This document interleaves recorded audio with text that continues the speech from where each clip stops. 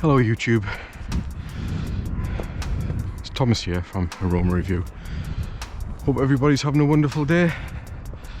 Having a bit of a walk through the countryside, and because I've been doing a little commodity series, I've got a Orris and Gold with us. Got in my hands, so I'd offer a little bit of, I thought I'd just do them both at the same time, just to, you know, shorten it up a little bit. So I've still got a couple left to do, so I'll put these both together. They're not the same kind of fragrance, but they're similar like. So I'll do Orris first. So I'll do a quick breakdown of the notes. The key notes are Italian Orris, patchouli and opur.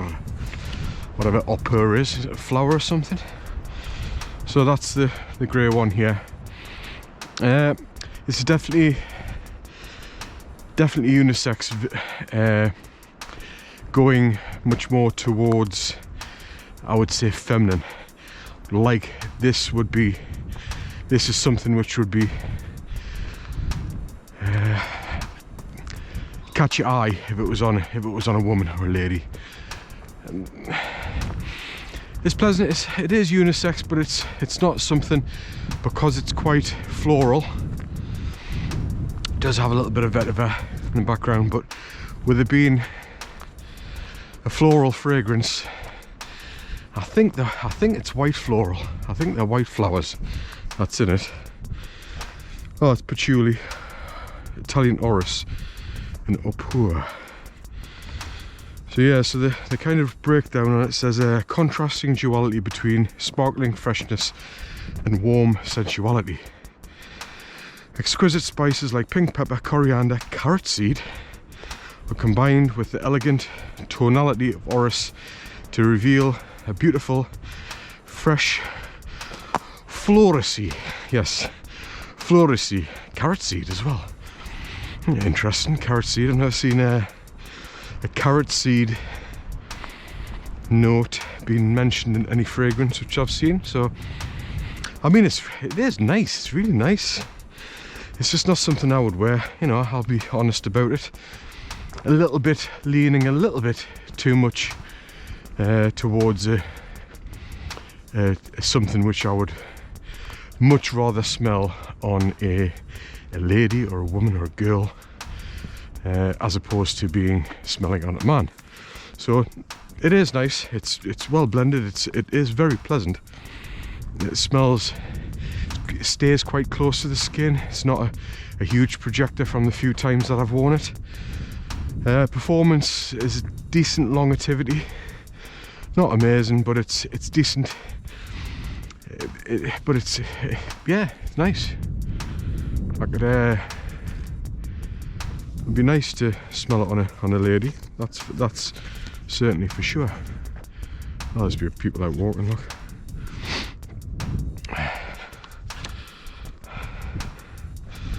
Alright. He's building this truck, are you? No, we just ride here. I haven't rode in a while, like, but we normally come down here and sing on the bikes. Like, pretty mental, like, isn't it? I haven't seen it in a while, so like a few months. I didn't know if it had been like demolished or if it was still here.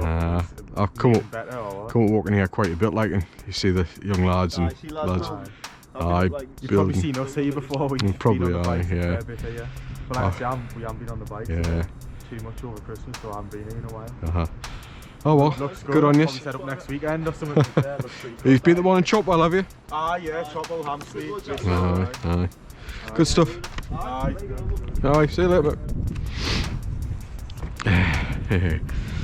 Right, so the next one, so yeah, Orris, you know, bit feminine, I would say, but it's very nice for a woman, let's say. Right, so the next one is Gold. So a little bit of read down from this. Rich enough to bathe in, decadent, luxurious and intoxicating journey into your innermost desires, thoughts and impulses.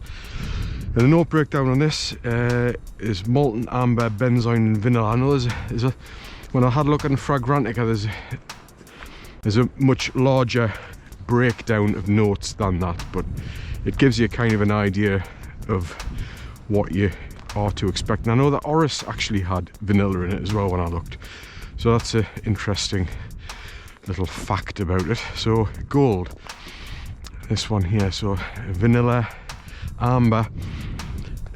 What I will say is I don't really have any kind of comparisons for the Orris, so I can't really say anything about that, as in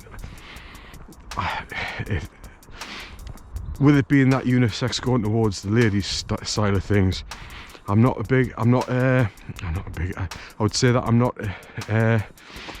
I don't know a lot about ladies fragrances, so my ignorance is I'm a little bit ignorant in that respect, like. But I mean, at some point I might start getting into them. There's a few which I have smelled when I've been in the shops and sampled, and there's been a few which has really kind of caught my attention, but at some point maybe I'll have a look into it. But so this one's called Gold by Commodity, and it's a vanilla. It's got quite a bit of richness. It's quite light to start with. I think it's got like some bergamot and some citruses in it to start with on the top end. A bit citrusy, but as it's dried down in my skin, now I've had this one on quite a few times now. It's definitely unisex, and I would say that this as well veers a little bit towards the feminine side of things. I mean, this is just my opinion, you know. So, but what I will say, once it's dried down, I get a kind of a Tom Ford Noir Extreme. It's got this kind of, it puts a little bit of amber in with the vanilla on the dry down, and it becomes almost a little bit chocolatey, it's got a nice deepness to it. That's what I kind of get from it, and it's almost a little bit of tobacco in it as well, so a little bit of richness there coming through, and it's very, very pleasant. I really quite like this. This is